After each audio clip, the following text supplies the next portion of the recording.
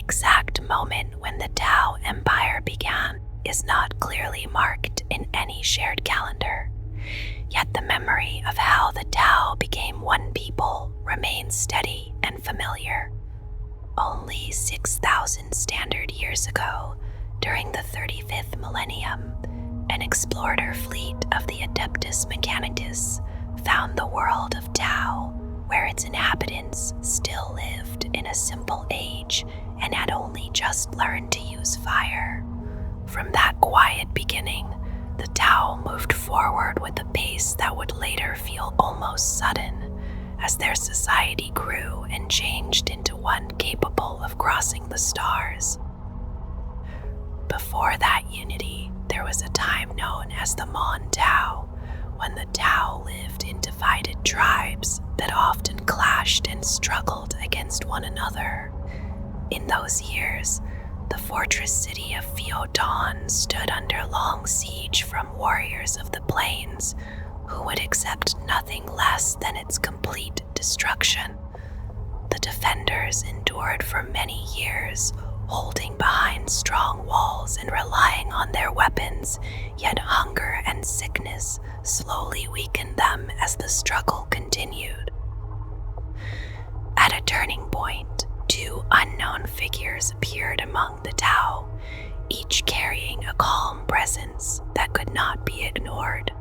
One walked into the camp of the besieging warriors and quietly persuaded their leader to meet in peace, while the other entered the fortress and brought the same still authority within its walls. In a short span of time, the gates opened, and those who had fought for years stood ready to speak instead. These figures were the Ethereals, and their words spoke of unity, understanding, and a shared path called the greater good. Across the world of Tau, others like them appeared, each bringing the same message and the same quiet certainty that guided the people toward agreement. With conflict set aside, the Tau turned their efforts toward growth, and their progress soon carried them beyond their world into the wider void.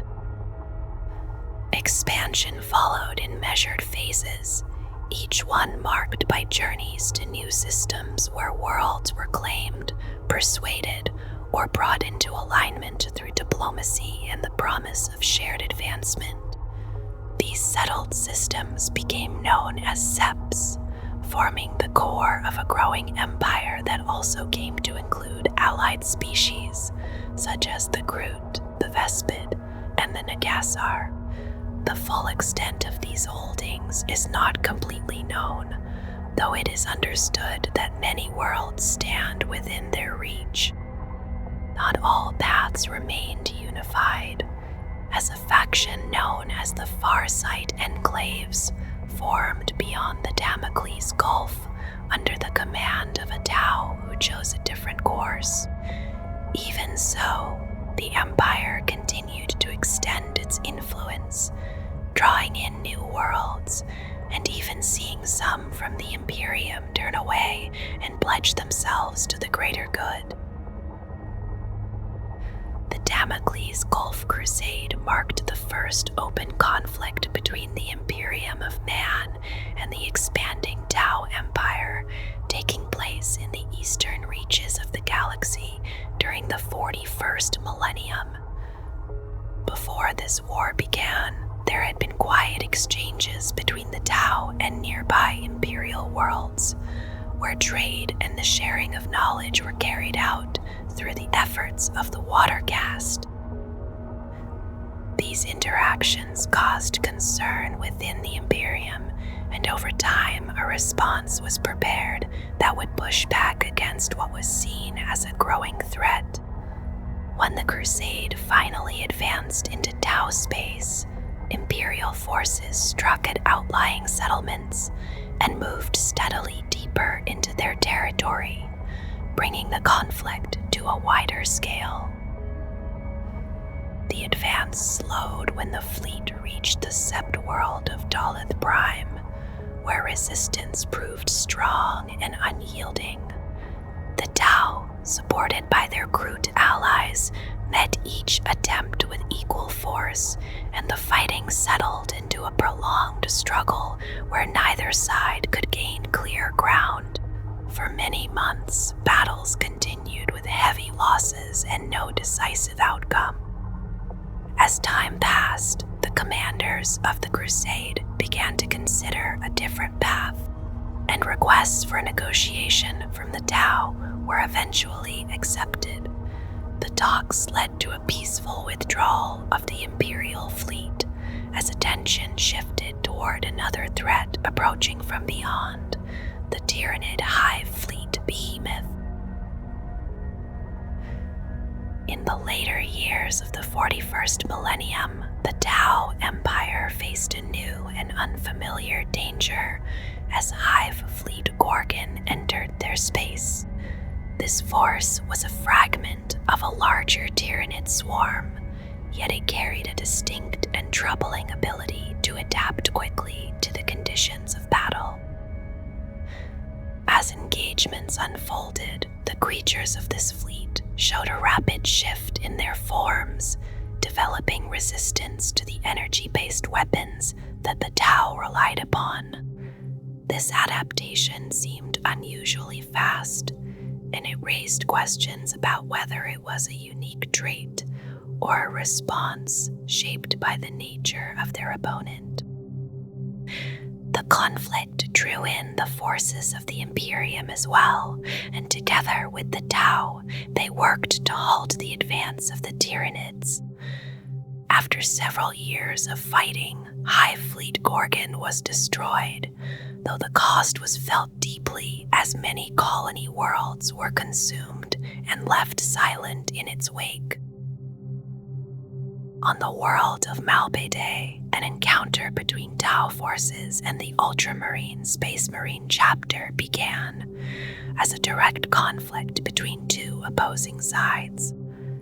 As the fighting spread across the surface, it disturbed something far older beneath the ground, awakening the Necrons from their long rest. The sudden emergence of this new threat changed the nature of the battle, as both sides faced a danger that neither could ignore. In response, the Tau and the Ultramarines set aside their struggle and combined their efforts to confront the awakened enemy. Once the Necrons were defeated and the immediate danger had passed, the Tau forces were allowed to withdraw under the decision of Chapter Master Marneus Calgar. The world itself was then destroyed through an exterminatus order, bringing a final end to the conflict that had unfolded there. The war for Kvarium Alpha unfolded across the vast oceans of a distant world, where the Space Wolves chapter carried out a bold and unusual assault.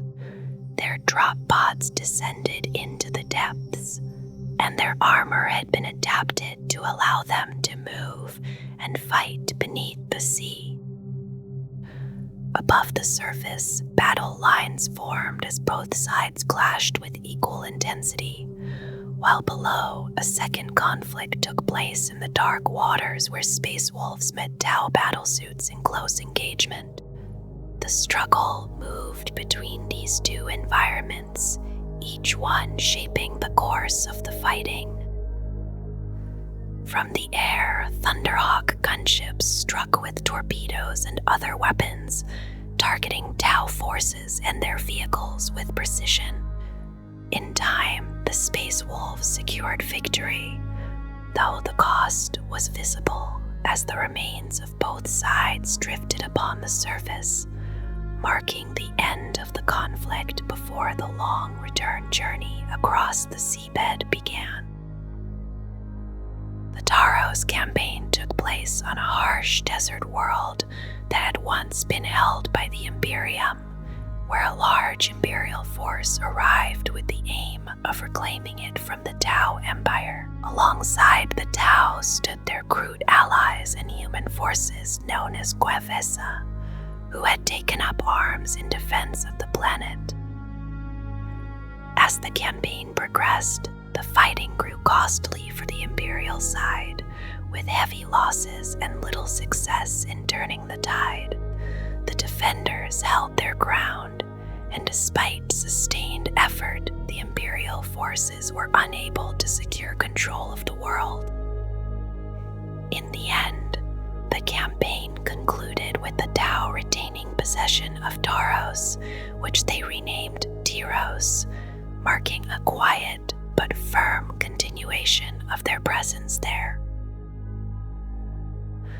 The Tau body reflects the structure of their society, with each caste shaped over time into something like a distinct subspecies within the same greater form. This began as a slow adaptation to different environments on their home world, and later became fixed when interbreeding between castes was forbidden under the guidance of the Ethereals. They stand in a humanoid shape, though their feet end in hooves and their hands carry 3 fingers and a single thumb. Their skin carries a gray-blue tone that shifts slightly between septs and distant colonies, and its texture feels dry and leathery, with almost no trace of moisture. Their faces appear flat and wide around the eyes, and a narrow slit runs down from the forehead to where a human nose would rest. Their vision reaches a little further than that of humans, touching the edges of ultraviolet and infrared light, though their pupils remain fixed and do not widen in dim conditions. Because of this, depth can feel less certain, and focus adjusts more slowly when the light fades. Their sense of smell is placed within the mouth, hidden from view and quietly different from most other species. Strength and size shift depending on caste, with those of the fire caste standing as the most physically capable, though still only near the size of a typical human and slightly less strong. This comes from the lighter gravity of their home world, which shaped their growth over many generations.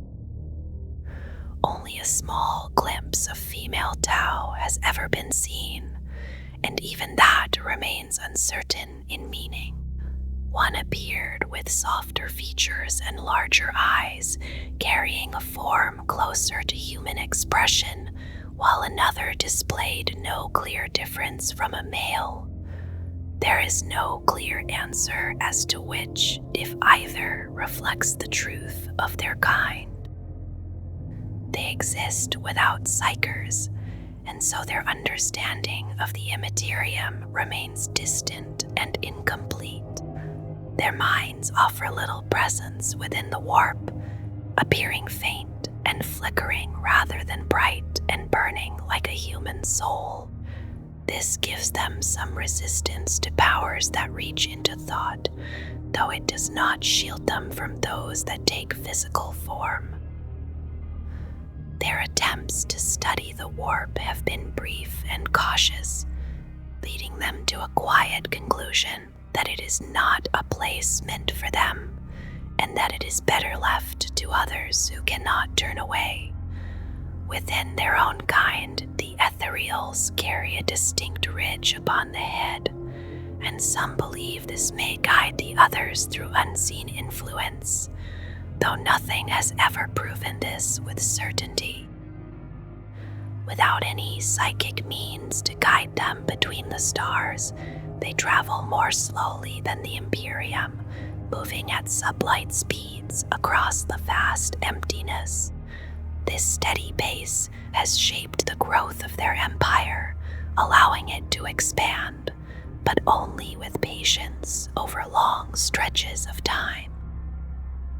In battle, they tend to avoid close combat whenever possible, relying instead on allies to face the chaos of melee while they remain at distance.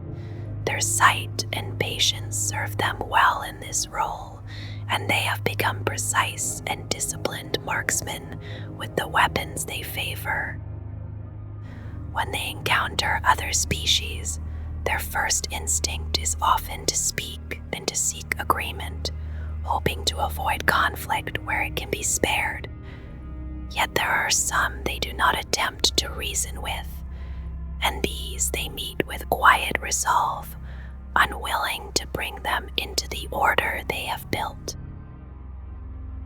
Each intelligent alien species within the Tau Empire carries its own distinct culture, shaped by its nature and its long past. These differences do not divide them, but instead quietly add to a shared purpose that stretches across many worlds. There is a sense that each voice, no matter how different, finds its place within a greater harmony. At the center of this union rests a belief that guides them all, a quiet agreement that the greater good stands above any single path. Though their forms and traditions may differ in countless ways, they remain bound by this common understanding.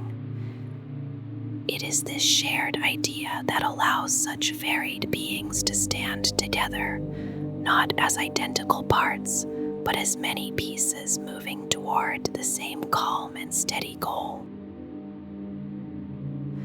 Tau society is shaped by a single guiding idea, one that asks each individual to set aside personal gain in favor of the wider whole. This belief is not distant or abstract, but present in daily life, reflected in their words and carried in their actions. It is from this quiet conviction that their familiar phrase, spoken with calm certainty, comes into being. Within this structure, each caste moves with a clear role, contributing in its own way to the balance of the empire. The Earth caste focuses on creation and supply, grounding their efforts in steady work. The Water caste carries words and meaning between people, shaping understanding and connection. The Air caste moves between worlds, linking distant places into a single network of presence. The Fire caste stands watch, protecting all others with disciplined resolve. To those beyond their borders, the Tau present themselves as thoughtful and unified, guided by ideals that seek to bring all under a shared purpose. Their image is one of calm intention, where unity is not forced, but offered as a path towards something greater than the individual alone. Kroot society unfolds through extended family groups known as kindreds, each guided by a figure called a shaper, who holds a deep instinctive understanding of their unique nature. This understanding is not abstract, but rooted in the ability of the Kroot to absorb and adapt the traits of what they consume. The shaper watches closely, choosing which traits should be carried forward, and guiding the kindred through careful hunting and controlled breeding. At times, several kindreds gather together, forming loose councils shaped by the influence of their leaders, and on rare occasions, a single figure rises to unite many under one command. Their homes often rest in warm, temperate lands, where they build high among the trees using natural materials shaped through unusual means. Some choose instead to dwell within the silent remains of conquered human cities, where old structures offer shelter and shadow. For the Kroot, the act of consumption carries a meaning beyond survival, as it is believed that the essence of what is eaten becomes part of them and continues through their descendants. This belief shapes their customs in life and in death, guiding them to consume both their fallen enemies and their own dead, keeping what they see as spirit close within the kindred. To outsiders, this practice is often misunderstood and seen not as reverence, but as something far more unsettling. The Vespid are an insect-like species from a distant gas giant world, and their presence within the Tau Empire carries an air of something deeply unfamiliar. Their warriors, known as Stingwings, move in tightly coordinated groups called strains, each guided by a strain leader who holds a special role within the unit.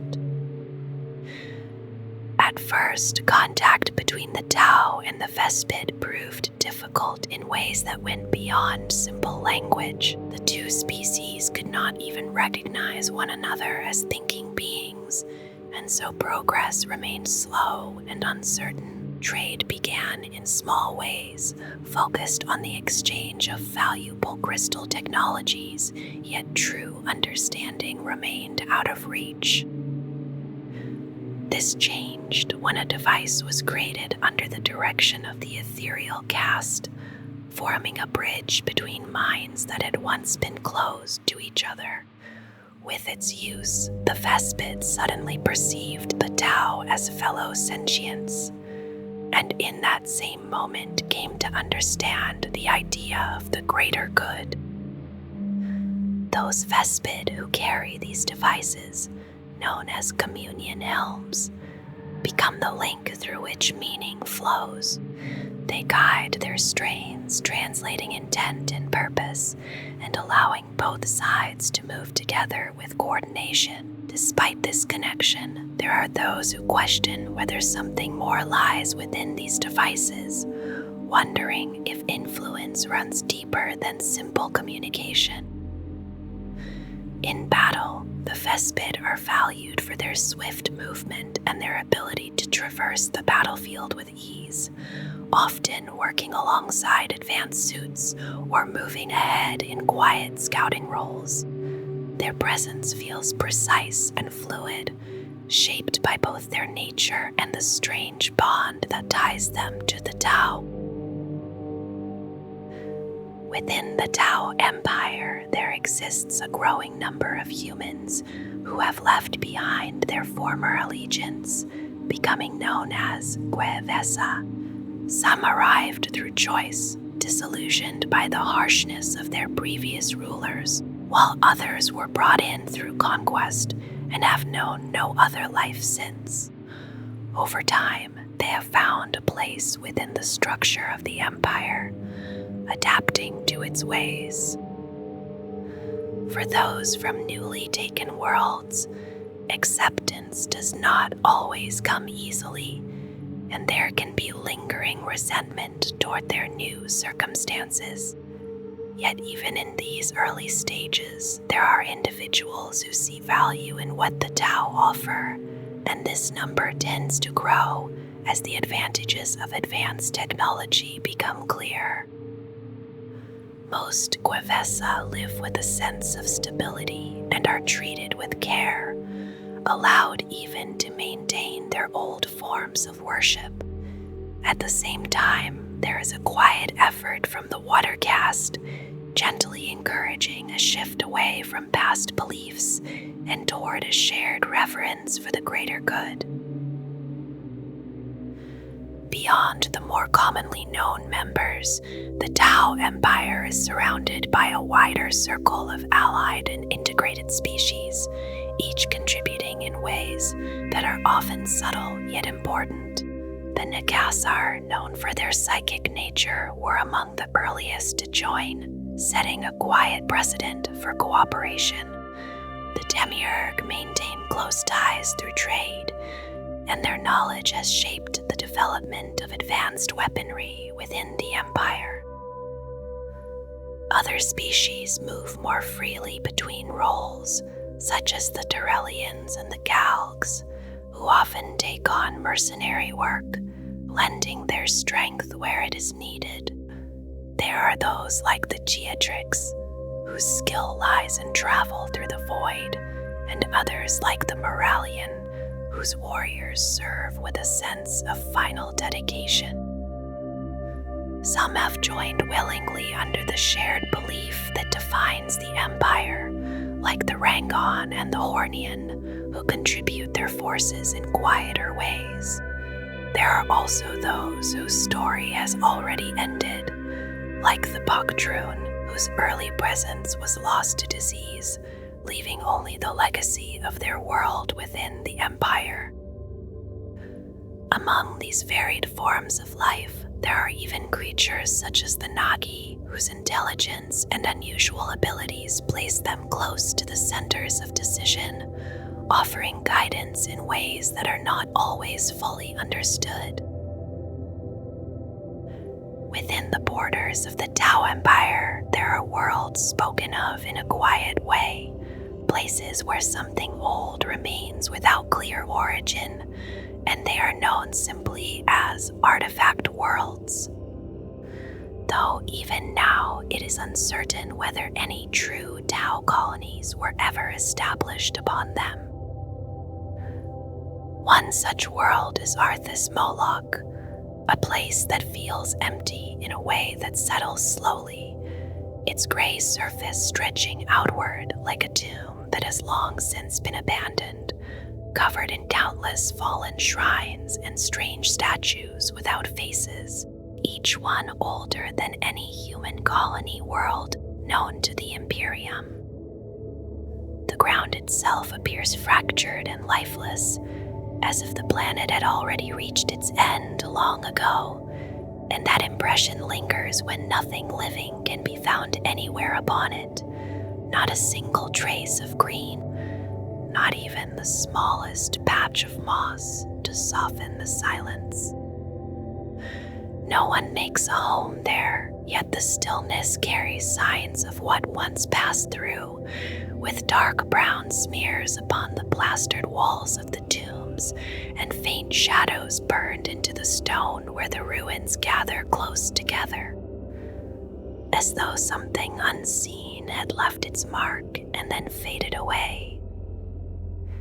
And yet, despite this barren stillness, the world is not empty in another sense, because to those with psychic sight it would appear rich and bright, like a gold mine seen through firelight, with the shrine-filled land scattered with artifacts of ancient and uncertain making, each one left behind as if forgotten in the dust.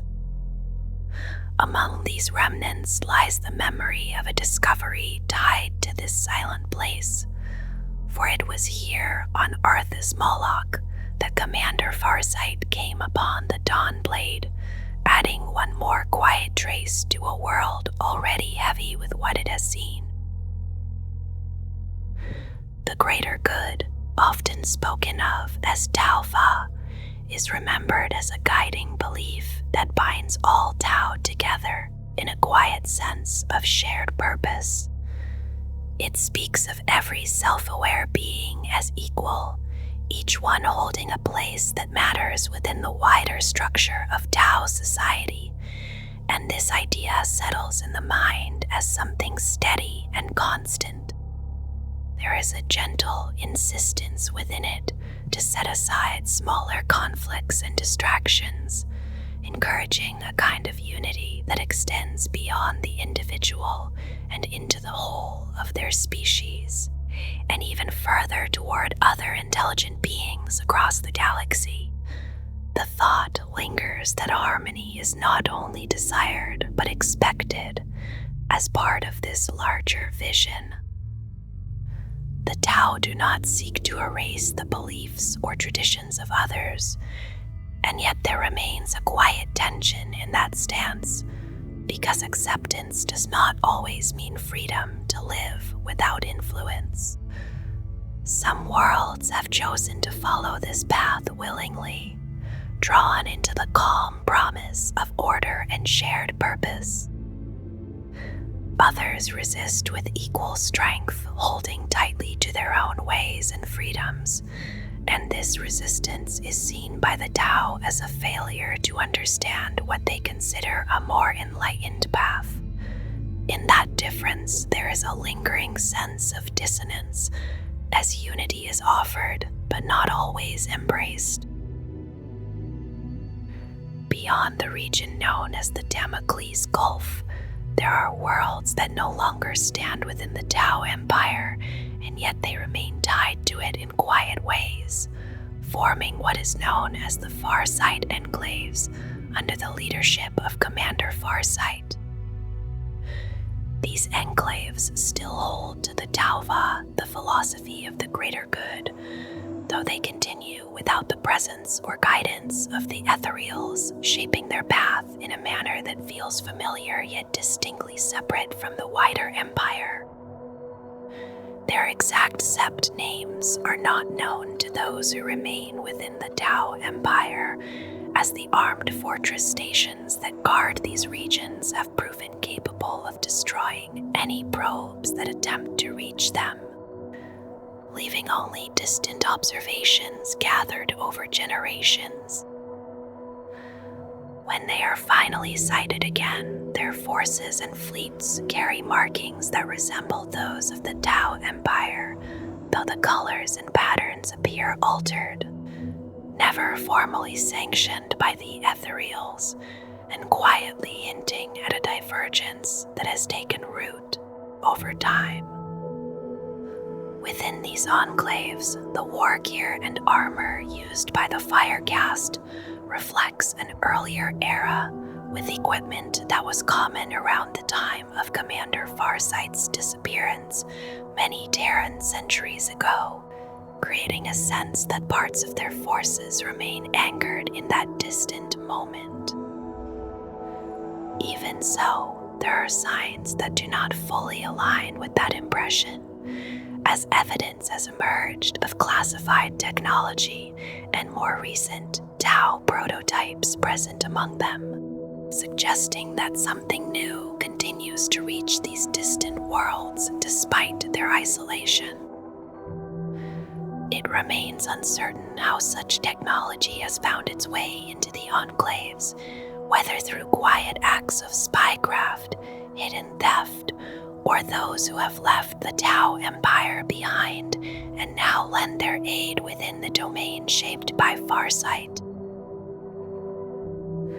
The rise of the Tau unfolds in slow and deliberate phases, each one a period of careful preparation, followed by steady outward movement into the quiet vastness between stars. Resources are gathered over long stretches of time, and then, when the moment feels right, exploratory missions begin to drift outward, searching and testing, until the need arises to secure what has been found through more forceful means.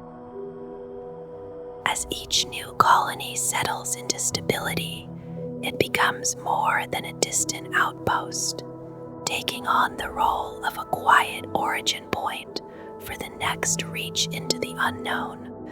Over many generations, this pattern repeats, and by the end of the first great expansion, the Empire has spread across the heavens into a small but firmly rooted network of settled systems. These systems, known as septs, carry the identity of their primary world, yet extend far beyond it into surrounding planets, moons, and silent installations that orbit in patient alignment. Within each system, there is a sense of quiet connection, maintained through stations suspended in the void, and a web of signals that pass unseen between distant points. It takes time for each sept to grow into its own shape, and even longer for its character to fully emerge, shaped by the balance of its castes and the presence of other beings who now share in its slow and steady rhythm. Each sept carries its own quiet identity, shaped over time by those who live within it, yet always remaining part of the greater whole that binds them together. The influence of the castes settles differently in each place, creating subtle variations in how life unfolds, and these differences give each sept a distinct tone that can be felt even across great distances. Even so, there is no separation from the wider culture, only a gentle variation within it, as each system continues to reflect the same shared purpose. Across the Empire, there are now many such sets, each fully developed and recognized, each carrying its own symbol that marks it as both unique and connected. These emblems serve as quiet identifiers, a way for the Tau to recognize one another, even when separated by the immense silence of space. The first great expansion began soon after the Tau first reached beyond their world, and its earliest septs still hold a deep importance within the structure of the Empire. At the center of this early network lies Ta'un, a place defined by its vast orbital docks and the constant presence of the largest void stations, where fleets gather and remain in quiet readiness. Elsewhere, Dianoi endured long isolation beneath the influence of a strange and persistent storm, and its people, shaped by that separation, carry a character that others regard as distant and somewhat unchanged by the wider flow of the Empire. Gorgon, in contrast, has become a place of study and creation, where knowledge grows steadily and the work of the Earthcast fills its systems with industry and quiet innovation. Dlith bears the memory of destruction, having faced the force of an external crusade, yet its recovery has been swift, supported by active trade and the steady presence of many different beings who now move through its ports. Falshia stands as a source of new ideas, where advancements take form and are tested in the hands of those willing to carry them into use. On Viorla, the nature of its world shapes those who rise from it, producing warriors known for their intensity and discipline, forged under the light of twin stars. Sisia, dense and unyielding, has given rise to countless fleets, and its people are regarded with a sense of respect that comes from their steadfast nature and their quiet adherence to shared ideals. The second phase of expansion begins under the direction of a guiding figure, at a time when the Empire has already taken shape and now moves outward with greater confidence. New forms of travel allow for broader reach, and with that reach comes more frequent contact with those beyond the Tau. Some encounters quiet, and others marked by conflict that leaves a lasting impression. As the expansion continues, a growing tension emerges, culminating in open confrontation with a distant human power that seeks to halt the advance. This period of struggle shapes the course of events, and when those opposing forces withdraw, the expansion settles into its natural end, leaving behind a series of new septs formed under varied and often difficult circumstances. Otael offers a place of rest, a world of calm where only those who have earned such peace may remain. Aindra stands in contrast, its decline and abandonment leaving behind a population viewed with uncertainty by others. Kelshan has endured repeated invasions, and its people have grown guarded, shaped by their encounters with relentless external threats. Elsie Air carries a quieter tone, where creativity and thought are valued, and its many moons provide the resources needed for the construction of advanced forms. Dashvar exists on the edge, where constant raids have forged a people who endure through resilience rather than comfort. Vashia takes its place between phases, its atmosphere shaped over time by careful effort, and now surrounded by fleets and defensive structures that remain in steady orbit. Tolku, with its temples and places of instruction, reflects a different role, where those from beyond the Empire are guided and prepared before returning to their own worlds, carrying with them the influence of what they have learned. The third expansion begins with renewed direction, guided by leadership that seeks to extend the reach of the Empire even further, and carried forward by a commander whose efforts secure new ground in distant systems. The growth during this time is swift and noticeable, expanding the Empire beyond its earlier boundaries, aided in part by distractions that draw attention away from its steady advance. Yet this progress is not without resistance, and opposing forces return to challenge what has been gained, bringing the expansion to a pause that feels uncertain.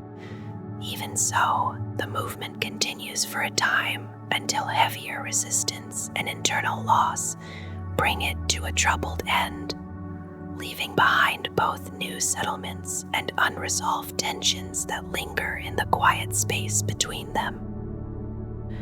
Xai emerges as one of these new septs, formed from a world once held by others, where those who remained have been moved deeper into the Empire to become part of its structure. Furios carries the weight of struggle, having been taken from a powerful enemy, and its people continue forward with a calm acceptance of the cost that came with its claiming. Bugalath Bay holds a different story, one marked first by victory and then by destruction, as its transformation into a full sept is interrupted by a forceful response that leaves the world consumed. A small number survive beneath a protective barrier, gathering in a single city that remains intact amid the devastation, yet cut off from the wider empire. In the aftermath, the system is abandoned, and those who remain attempt to move toward a distant refuge, only to be met by opposition from their own kind, determined to prevent that path from being taken. Many are lost in that final effort, though a few manage to escape, carrying with them the memory of what was left behind. Tau combat armor rests close to the body, formed in two distinct layers that work together in quiet balance. With an outer face of dense nanocrystalline metal bonded carefully to an inner layer of thermoset molecular polyethylene that yields just enough to soften what strikes it. The outer material, known as Fiotok in the Tau lexicon, carries a lightness that belies its strength, and it endures repeated impacts without losing its structure or purpose in the calm rhythm of battle.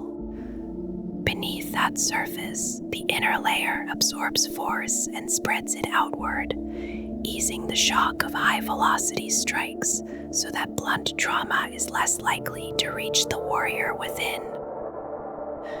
These materials feel advanced even in stillness, offering resilience against penetration while remaining lighter than the plasteel used by the Imperium. And the way they are made remains beyond Imperial reach, because the Adeptus Mechanicus is forbidden from studying such alien methods by the Ordo Xenos. The armor itself often settles into a familiar shape, with a thicker left shoulder blade extending outward, and this quiet addition becomes a shield when a fire warrior kneels to steady a weapon, leaving that side exposed to the return fire that follows.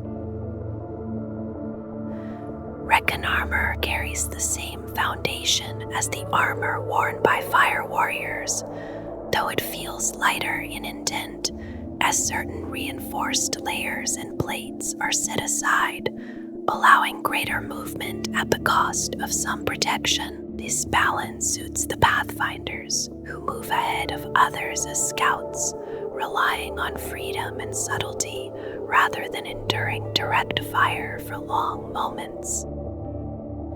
It is still built in 2 layers, with the same dense, nanocrystalline outer face bonded to an inner layer of thermoset molecular polyethylene. The presence of Phyotake reinforces the armor's strength without adding unnecessary weight that would hinder precise movement. The inner layer continues to soften incoming force, dispersing energy and reducing the harm caused by fast impacts, and beneath it, the nonocular thread fatigues carry sound-absorbing fibers that quiet even small movements in the field. The materials remain resilient against penetration, and they feel lighter than the more conventional plasteel of the Imperium, though the methods used to create them are hidden from Imperial understanding. As the Adeptus Mechanicus is restricted by the Inquisition's Ordo Xenos from pursuing such knowledge. A wide array of support systems serves the forces of the Tau Empire, each one quietly refining how their warriors move and fight across the battlefield. Some of these systems are built into the massive forms of battlesuits, where stabilizing gyroscopes allow even the heaviest weapons to remain steady and precise despite constant movement across uneven ground. Other systems work more subtly, watching the flow of battle through layers of data, as targeting computers sift through shifting threads and calmly select those that matter most. In that steady stream of information, enemy leaders and specialists are marked out, and their presence fades under coordinated fire directed with careful precision.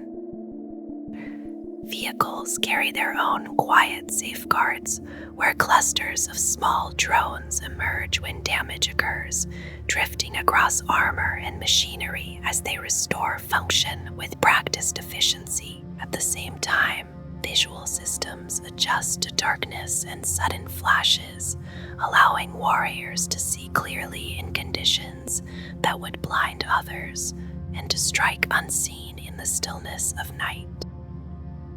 Communication flows through more advanced systems, linking warriors together into a single coordinated force, where a skilled commander can guide every shot with careful intent.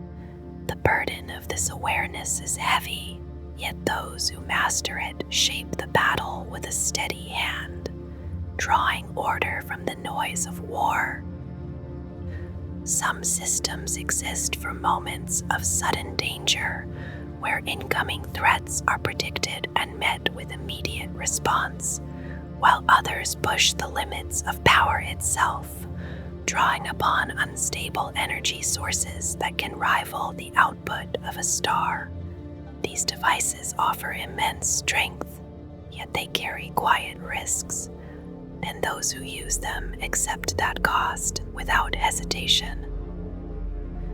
There are weapons as well, designed not only to destroy but to preserve what lies beneath, releasing waves that strip life away while leaving the world itself untouched. Around them, layers of deception and interference spread through the air, bending perception and shielding vehicles from harm as they move through the shifting haze of battle. Drones respond to distant commands, guided through unseen signals that bind them to their operator, acting with greater accuracy and purpose than they ever could alone. In those moments, the line between pilot and machine becomes indistinct, as each movement is carried out with quiet efficiency. Even the earliest signs of an ambush are not left to chance, as systems detect sudden arrivals and bring weapons to readiness before the enemy can act. In rare cases, the very nature of a pilot can change the way a battlesuit performs, shaping how power is handled and how risks are taken in the heat of combat. And in isolated instances, experimental shields bend light itself, wrapping their bearer in shifting distortion so that distance and sight no longer offer certainty to those who would aim from afar. When destruction becomes inevitable, some systems offer a final chance to escape, casting the pilot clear of a failing battlesuit and leaving them alone with only minimal protection. In these moments, survival depends not on technology, but on the ability to withdraw through a battlefield that offers little mercy. Larger vessels carry protective fields that do not halt incoming fire, but instead guide it aside through carefully shaped gravitic forces, allowing attacks to glance away rather than strike true. These shields grow stronger under greater assault, responding to energy with a steady resilience that protects both craft and crew. Beyond the battlefield, travel follows a different method, with spacecraft only briefly touching the boundary between real space and the warp. They slip through in short passages, allowing faster movement without fully entering that dangerous realm. This approach is slower than other methods, yet it remains reliable for an empire that does not rely on psychic navigation. Some devices are built for sacrifice, turning a battlesuit into a final weapon that erupts in a destructive blast, buying time for others to withdraw. The act is understood as a deliberate choice, one made in service of the greater whole. The materials used across Tau technology reflect the same careful design, with dense alloys that resist impact and energy alike, yet remain lighter than comparable substances. Armor shaped from these materials deflects incoming fire, and its surface reflects energy in a way that softens the force of an attack before it can penetrate. Close-range defense is handled with sudden bursts of force, where clouds of projectiles erupt against approaching enemies, forcing them back or ending their advance entirely. In other cases, gravitational energy is used to slow or halt movement itself, giving time to reposition and respond with calm efficiency. Signals placed upon the battlefield guide reinforcements with precision, allowing new forces to arrive exactly where they are needed without delay or confusion. Elsewhere, weapons descend from orbit, releasing pulses that disable technology across wide areas, leaving machines silent and vulnerable in their wake. Heavier armor can be added to battlesuits when protection is required above all else, though this comes at the cost of speed and freedom of movement.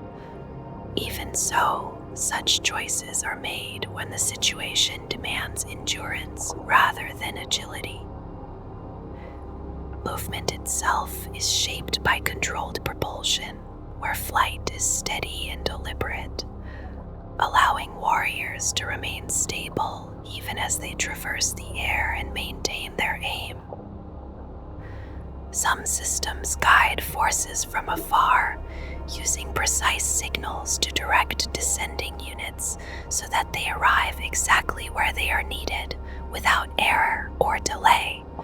These quiet markers ensure that even from great heights, deployment remains controlled and deliberate.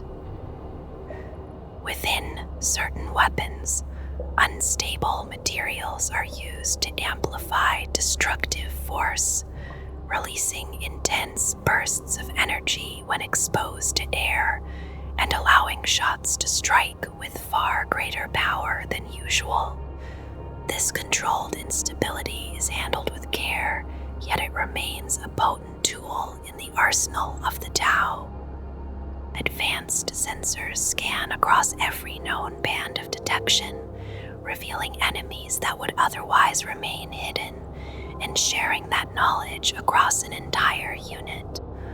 With this information, fire is directed with such precision that even cover offers little protection. Other systems focus on coordination, allowing multiple weapons to be used together without conflict, ensuring that each action supports the next in a seamless flow. This applies not only to individual warriors, but also to vehicles that maintain accuracy even as they move. Defensive systems continue to evolve, with specialized drones projecting shields strong enough to withstand impacts that would destroy lesser protections. These devices stand as quiet guardians, absorbing force so that others may continue forward. There are also tools designed to disrupt, sending interference through enemy systems and causing their weapons to falter or fail entirely. In these moments, technology becomes uncertain, and even the most reliable systems can turn against their users.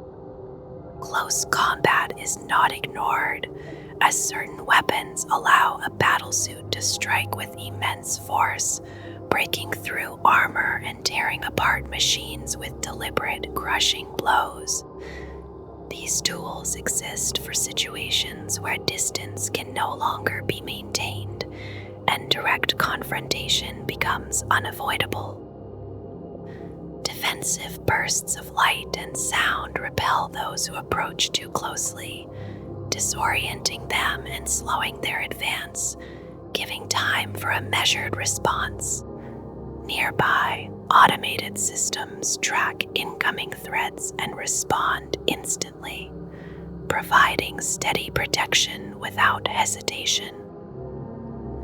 Information flows constantly through relay systems, linking battlefield awareness with distant command and ensuring that every movement is part of a larger design.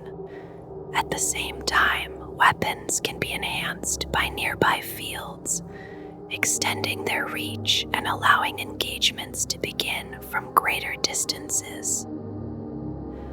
Within the mind of certain commanders, implanted knowledge offers guidance drawn from past brilliance, shaping decisions with a depth of experience that would otherwise be lost to time. Some devices release sudden waves of force, striking outward with controlled violence that halts an advancing enemy and breaks their momentum.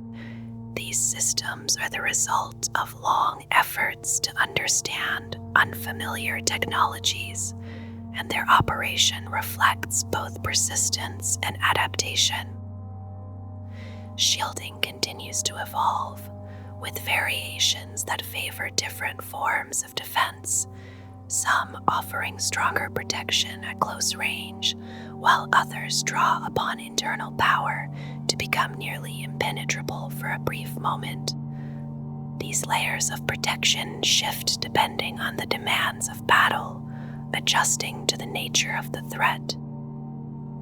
There are also devices capable of shaping the ground itself, sending tremors through the terrain that can grow in intensity and duration when used with care. In certain cases, these forces have been directed with such precision that entire formations have been buried beneath collapsing structures or rising waves. Vehicles rely on subtle guidance systems that read the terrain ahead, allowing them to move smoothly through hazardous environments without triggering hidden dangers. This quiet awareness ensures that movement remains uninterrupted, even in uncertain conditions. More common defensive systems surround the bearer with energy fields that absorb incoming attacks, whether on a small scale or across the vast hull of a starship. These protections are a constant presence, forming a barrier between the warrior and the chaos beyond. Within a battlesuit, internal systems can sustain the pilot through injury, releasing controlled stimulants that allow them to continue fighting despite wounds that would otherwise end their effort. This support maintains effectiveness even as the strain on the body increases. Certain individuals carry unique devices that reveal weaknesses in enemy armor, guiding their allies to strike with greater efficiency. In these moments, knowledge becomes as valuable as any weapon. From orbit, coordinated strikes can flood a battlefield with intense light, overwhelming detection systems and exposing hidden positions, allowing follow-up attacks to land with precision. These actions are part of a larger strategy where each phase supports the next. Earlier experiments with implanted knowledge showed both promise and danger, granting great tactical ability while suppressing personal judgment and leaving lasting consequences when removed. These lessons remain, shaping how such technologies are used in later forms. There are also rare artifacts that disrupt forces tied to the warp, weakening their presence and limiting their influence, though their true nature remains uncertain to those who carry them. Systems that guide targeting allow warriors and vehicles to engage multiple enemies at once, ensuring that no opportunity is wasted and that each threat is addressed with calm precision. Refinement continues in systems that assist with aiming, where subtle adjustments account for movement and distance, allowing weapons to strike with greater accuracy across changing conditions. These tools support both vehicles and battlesuits, extending their effectiveness without altering their core function. In coordinated formations, specialized systems allow multiple units to combine their fire into a single focused action, overwhelming even the strongest defenses through unity and precision. This level of coordination reflects a disciplined approach where individual effort is guided toward a shared outcome. Movement is further enhanced through additional thrusters, granting greater control and allowing battlesuits to disengage from close threats with smooth, deliberate motion. These systems offer flexibility, making it possible to reposition without losing stability. Larger variants expand upon this concept, enabling powerful leaps across great distances or rapid ascents that allow redeployment from one point to another. These movements are not frantic but controlled, shaped by systems that respond instantly to the pilot's intent. Finally, specialized tracking systems focus on airborne targets, following their movement through heat and motion detection, and allowing weapons to be brought to bear against threats that would otherwise remain out of reach. In this way, even the sky offers no true escape, as each system quietly extends the reach of the Tau across every domain of battle.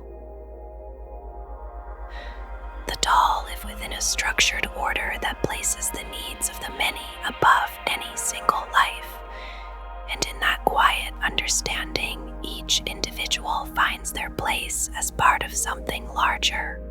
Every person is seen as a necessary piece of the whole, yet no one stands above the collective, and this balance shapes how they think, act, and exist within their society. Status is not measured by personal ambition, but by one's position within a caste, and even the words that follow a name carry meaning. The lower rank is marked with a soft ending, while the highest carries a different tone,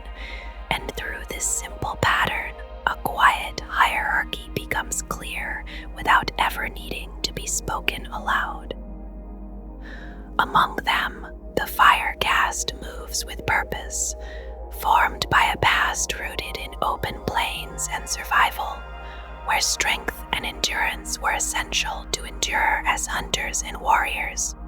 Their bodies reflect that origin, often solid and capable, and those from the world of Fiorla carry an added weight of muscle shaped by heavier gravity, making their presence feel grounded and steady. The earth caste works in a different rhythm, their hands shaping tools, knowledge, and the very structure of their civilization. And through their efforts, the foundations of the Tau Empire continue to grow.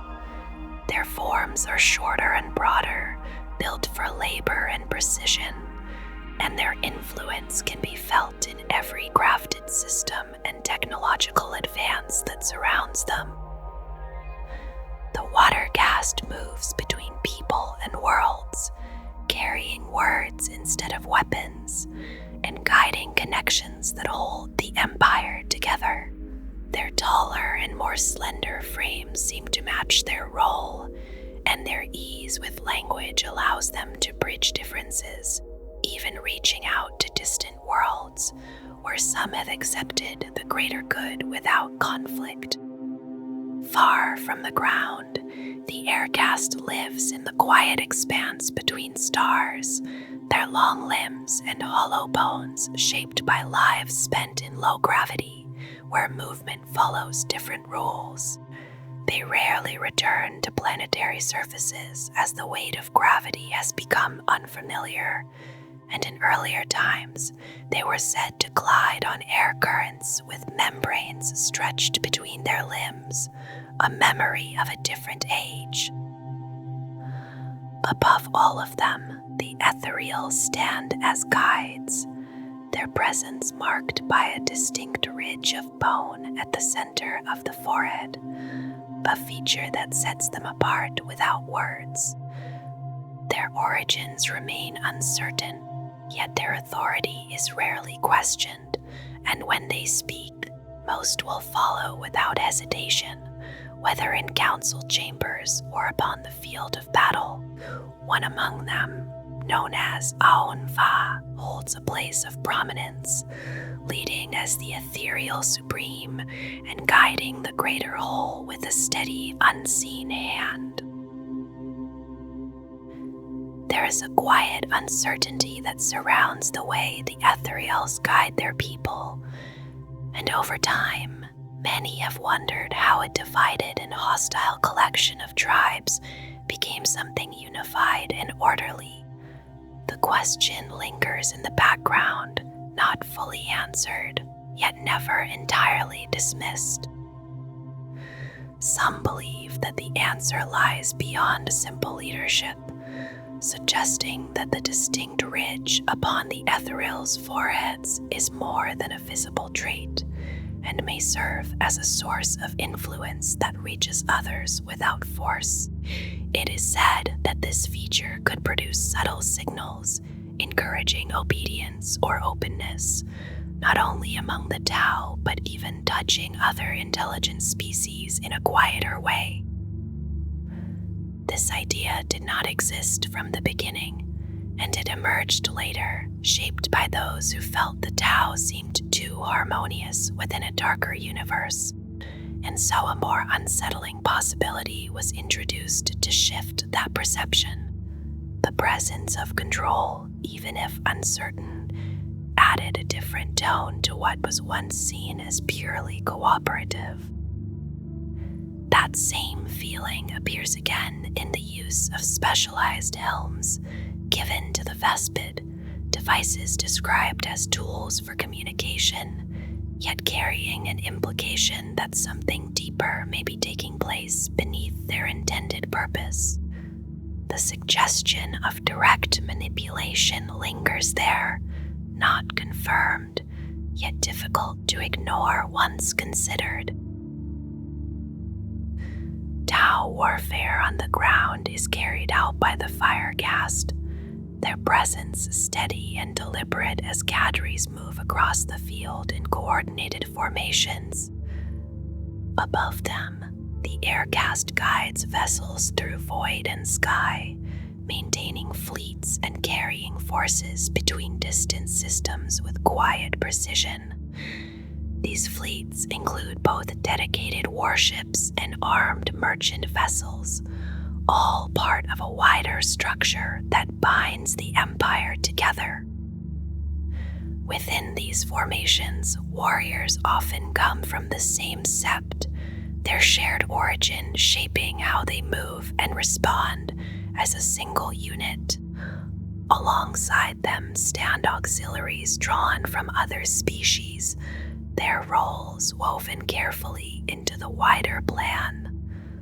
Kroot warriors, Thespid Stingwings, and human Gue'vesa fight, not as scattered allies, but as extensions of a unified purpose. The Tau favor distance in battle, keeping their enemies at range and relying on weapons that strike with controlled intensity. A fire warrior carries a pulse rifle that releases bursts of superheated plasma, each shot breaking apart as it travels, yet retaining its force. Some carry pulse carbines instead, lighter and easier to handle, though their reach is reduced, and fitted with launchers that fire photon grenades. When these grenades detonate, they release a sudden flare of light and a concussive wave that can disorient those caught within it. The effect is not only physical, but momentarily overwhelming, giving space for repositioning and renewed control of the battlefield. In this way, each tool serves a precise role, contributing to a larger rhythm of movement and response. As more species are drawn into the Empire, their strengths are not ignored but integrated, sometimes in ways that appear harsh at a distance. Small auxiliary groups may draw enemy attention, acting as a lure, though they are not cast aside lightly and rely on the protection of supporting fire. Should the fighting close into melee, the Tau turn to the Kroot, whose skill in close combat contrasts with their own preference for distance, their presence completing the balance of the force. A cadre, known as a Kaui in the Tau tongue, forms the foundation of their ground forces, gathering together teams that move and act in quiet coordination. Each team resembles a small squad, and within it, warriors often share a common origin and training, their familiarity shaping how they fight side by side. Among the many forms a cadre may take, the Hunter cadre appears most often, blending infantry, auxiliaries, battlesuits, and gunships into a single structure under a commander's guidance. Its composition shifts when needed, adjusting to the demands of a mission or the nature of the enemy, yet always maintaining a sense of cohesion that ties each element together. Other cadres take on more focused roles, some built around stealth and reconnaissance, others around rapid insertion or counter-assault. Pathfinders move ahead with quiet intent, marking targets, while sniper teams watch from a distance and gunships wait for the moment to strike. Battlesuits descend where pressure is greatest, their presence sudden yet calculated. Several cadres may gather into a larger formation known as a contingent, brought together for a single purpose and guided by both command and the quiet presence of an ethereal. These formations are not fixed, and once their task is complete, they dissolve or shift into new arrangements, leaving only the memory of their combined effort. Within each team, bonds form over time, sometimes sealed through shared rituals that mark a deeper connection between its members. Those who swear such oaths stand not just as soldiers but as companions, their trust shaping how they act under pressure. As they gain experience, they may move forward together, their paths crossing again in new roles and new formations. At a greater scale, contingents may gather into larger temporary groupings, and beyond them stand commands that encompass entire castes within a region. When all castes align under a single purpose, they form a coalition guided by an ethereal council, representing the full weight of the Empire's organized strength. Tau combat doctrine reflects an older rhythm, shaped by methods once used to hunt across wide plains, now carried into modern war. Each hunter cadre is drawn together with care, its members prepared before any strike begins, their actions aligned through planning rather than impulse. They prefer to act with purpose, choosing the moment of engagement rather than reacting to it, then focusing on removing the enemy rather than holding ground. If a position is threatened, they withdraw with discipline, taking with them what matters and returning later when conditions favor them once again. Two guiding approaches shape their actions, each reflecting a different way of reaching the same end. The Mont'au is a decisive strike aimed at breaking key elements of the enemy in a single, controlled moment, after which resistance weakens and the rest can be resolved with less strain. The Kauyan moves more slowly, drawing the opponent into a prepared space where patience gives way to sudden and contained violence. Their reliance on ranged combat remains constant, and when close fighting becomes unavoidable, they turn to allied forces suited to that role. Fire warriors may hold a forward line, using their weapons to weaken advancing enemies, maintaining distance for as long as possible. Behind them, Kroot carnivores wait with quiet readiness, their movement restrained until the moment arrives. When the enemy closes the gap, they surge forward, taking the brunt of the charge and allowing the fire warriors to withdraw and resume their preferred distance, restoring the balance that defines Tau warfare. The Fire Caste have long seen warfare as something to be shaped with care, a discipline that rewards patience, study, and steady refinement over time. At the center of their teachings rests the Code of Fire, a way of thinking that favors movement and distance, where swift positioning and precise ranged firepower take the place of close combat. From this belief, the first Tau battlesuits were created, giving the hunter cadres a way to move more freely across the battlefield, while carrying weapons that could strike from afar with greater force. Their development followed the same quiet expansion of the Tau across the stars, each step forward in territory reflected in steady advances in design. Early prototypes were tested during the first wave of expansion, and though they proved capable, progress came slowly.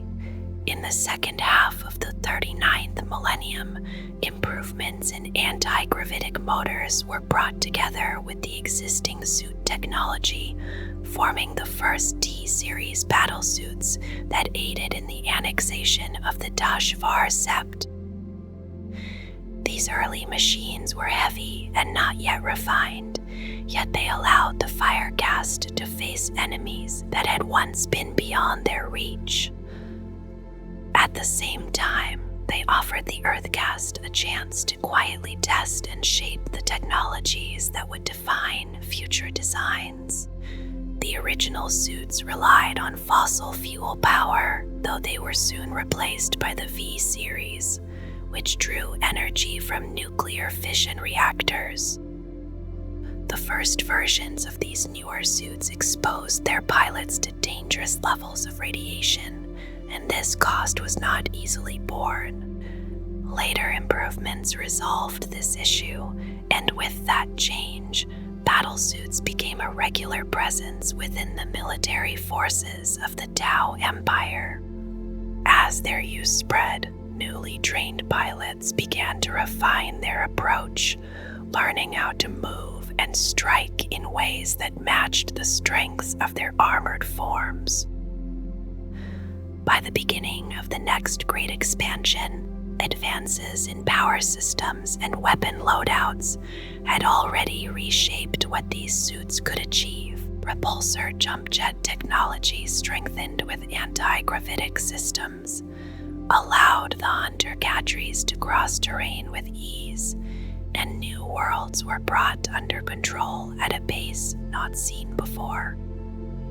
A key moment came with the creation of a nanocrystalline alloy known as Phyotech, a material both strong and light, offering protection comparable to Space Marine power armor. This allowed the Earthcast to build suits that were more resilient without sacrificing the speed and agility that the Firecast valued so deeply. From this work came the X-Series battlesuits, and among them, the XV-8 Crisis battlesuit stands as the most enduring example.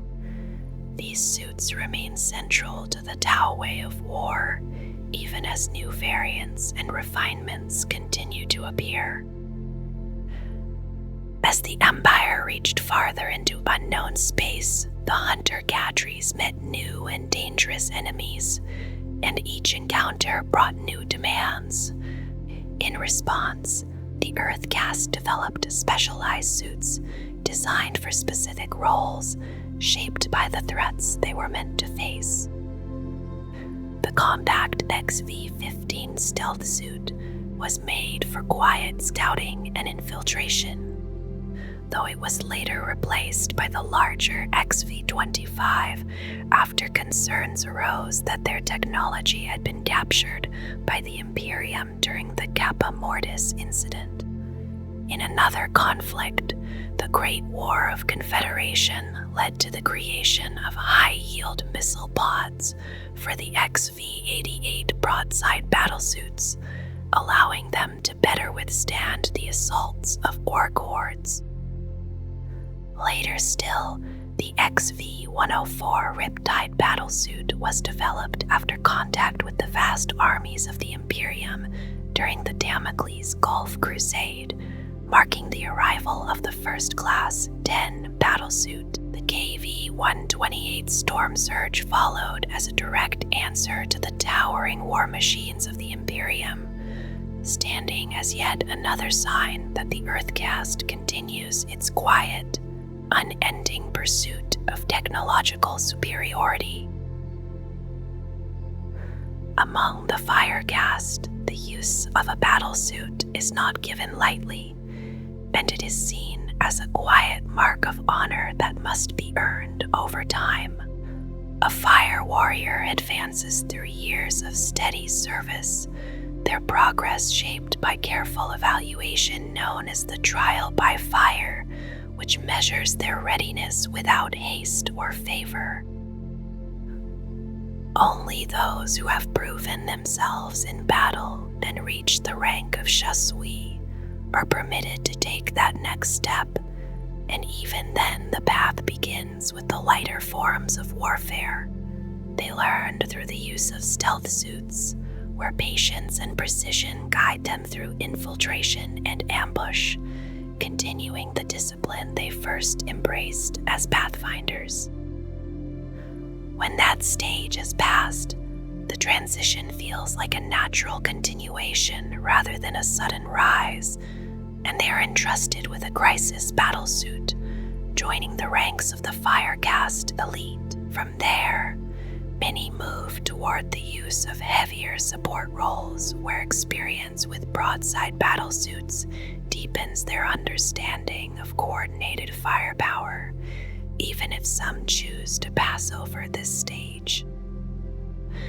In time, a second trial by fire determines whether they are ready to lead, and those who succeed take on the role of Shah's Vray, guiding their own crisis battlesuit teams with measured authority. Continued success carries them further, first into the close protection of a commander's bodyguard, and later into command itself when they attain the rank of Shah's L, where their experience reflects years of disciplined warfare and careful adaptation.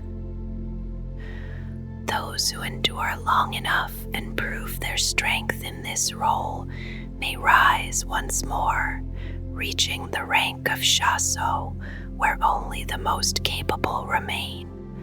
It is at this level that rare and experimental war gear may be entrusted to them, and in their hands such tools have altered the course of battles that might otherwise have been lost. Over time, these instruments become tied to the memory of their deeds, remembered alongside the warriors who carried them. Yet not all follow this full path, as some remain within roles that suit them more closely, whether through choice or through the limits of their advancement.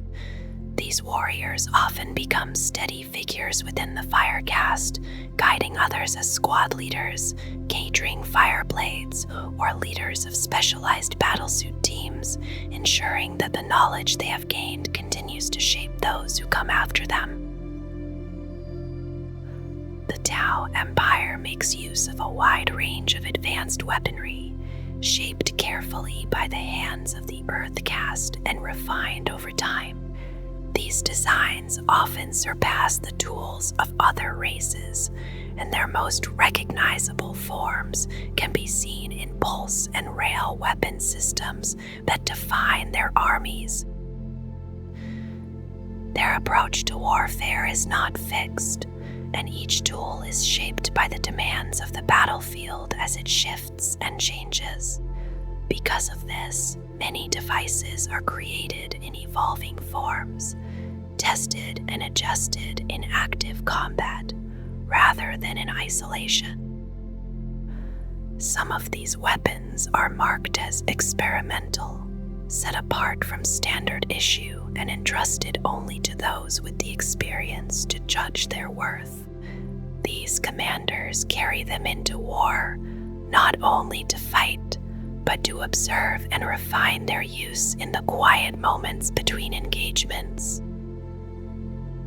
The air-bursting fragmentation projector was developed during the Third Sphere expansion, its design shaped for wide and controlled destruction across open ground. It releases a proximity-fused projectile that follows a calculated path, guided by a simple drone intelligence embedded within the warhead itself. This internal system determines the exact height and spacing of its submunitions, allowing each detonation to spread evenly across a target area with measured precision. The effect is not chaotic, but deliberate, as each burst finds its place within a larger pattern of destruction. Even now, the weapon remains under evaluation, issued only to senior Firecast commanders who are trusted to test its limits in live conditions. It is a tool still being understood, its potential revealed slowly with each deployment. A known variant, the microburst fragmentation launcher, alters this balance by focusing its energy into tighter and more forceful blasts. It sacrifices the wide dispersal of its predecessor, instead delivering concentrated concussive power with each shot.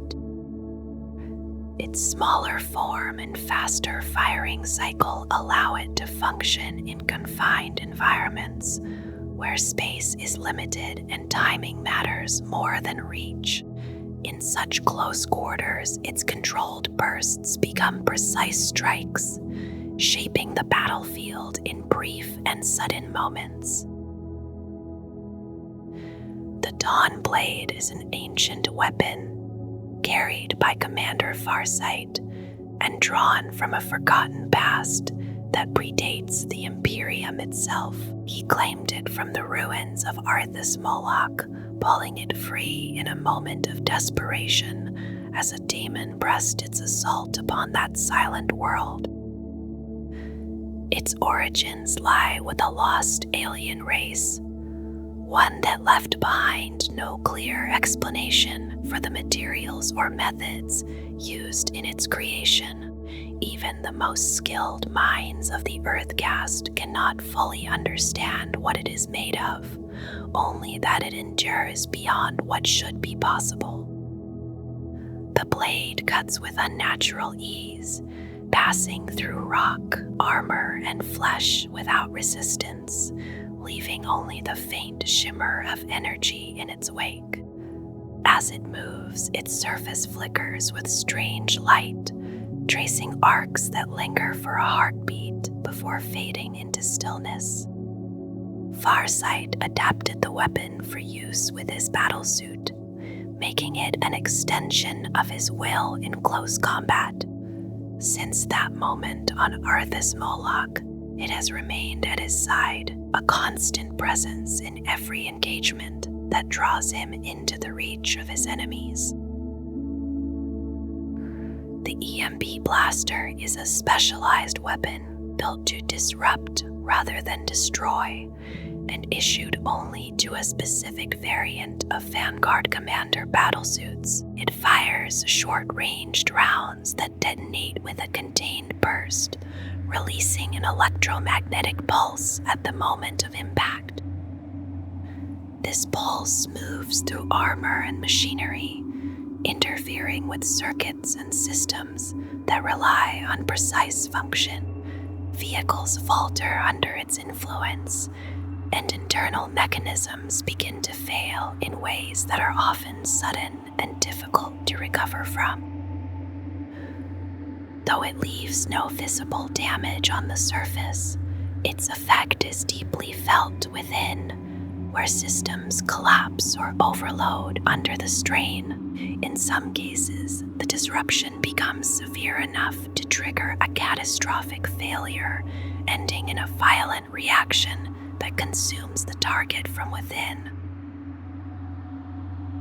EMP grenades are issued to certain Firecast infantry, carried as compact tools that disrupt the enemy without direct physical force. When activated, they release a brief electromagnetic pulse that spreads outward in a controlled burst. This pulse interferes with electronic systems, causing anything from minor disruptions to severe malfunctions that can cripple complex machinery. Armor systems falter, vehicles lose control, and internal processes begin to break down in unpredictable ways.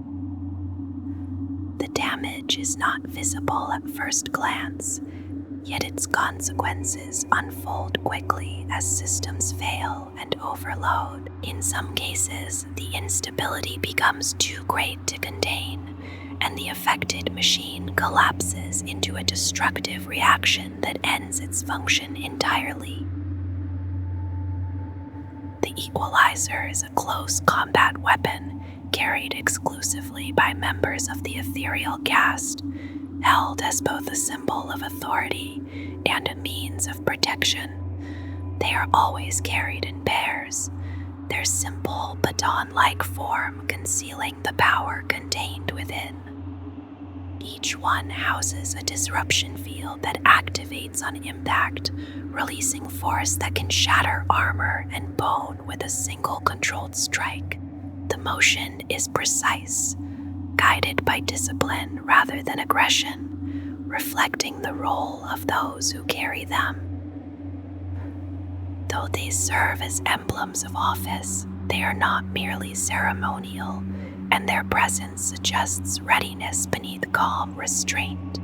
In moments where defense becomes necessary, they offer a swift and decisive response. Tau flamers resemble those used by other forces, yet their construction reflects a more stable and controlled approach to their function. They project streams of burning fuel, designed to sweep across groups of lightly armored enemies with consistent intensity. Mounted on battlesuits, they become tools of close engagement, particularly effective when fighting through confined or obstructed environments. In such spaces, the spread of flame fills gaps and corners, reaching where direct fire might fail. Their reliability allows them to be used with confidence, maintaining a steady output that supports the movement of the unit. Within dense terrain, their presence shapes the flow of combat, clearing space with measured bursts of heat. The Honor Blade is a long, two-handed weapon carried by members of the Ethereal caste, shaped as both a symbol and a practical tool.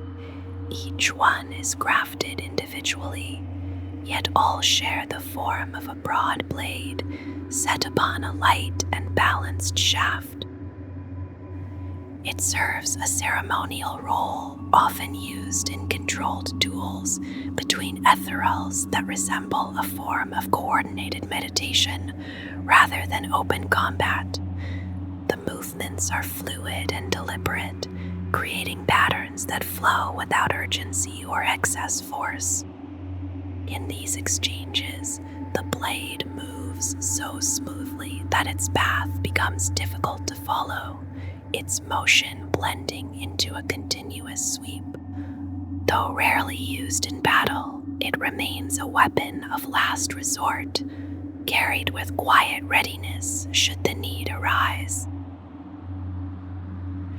In the long span of years that followed, the path of the Tau Empire did not settle into stillness, but continued forward with the same quiet momentum that had first begun on their homeworld. From the distant memory of the Mont'au through the first unifying words of the Ethereals, and into the widening reach of the sphere expansions, their history has remained a steady movement outward, shaped by both purpose and resistance. Each conflict, whether against the Imperium, the Tyranids, or the ancient Necrons, left its mark without breaking that direction. At Daleth Prime, at Malbede, beneath the oceans of Kvarium Alpha, and across the deserts of Taros, the Tau faced forces far older and far larger than themselves. Yet in each case, they endured, adapted, and continued, holding to the same guiding principle that first brought their people together. There were moments where paths diverged, as with the Farsight Enclaves, and moments where even long-standing enemies stood side by side against a greater threat. There were losses as well in the silent colony worlds consumed by Hive Fleet Gorgon, and in the many lives given across distant battlefields. Even so, the structure of the Empire remained intact, its septs connected not only by distance, but by shared intent. The greater good, first spoken in a time of siege and division, did not fade as the Empire grew. Instead, it became the thread that bound each expansion, each alliance, and each decision made in the face of uncertainty. It guided the absorption of new worlds, the acceptance of allied species, and the continued belief that unity could be maintained even as the galaxy pressed against them from all sides. And so the Tau Empire continues, not as a sudden force, but as a measured one. Its growth is neither hurried nor without cost, yet it does not turn back. From a world where fire was once a discovery to a presence that now reaches across many systems, their journey remains unfinished, carried forward by the same quiet certainty that first opened the gates of Feodon.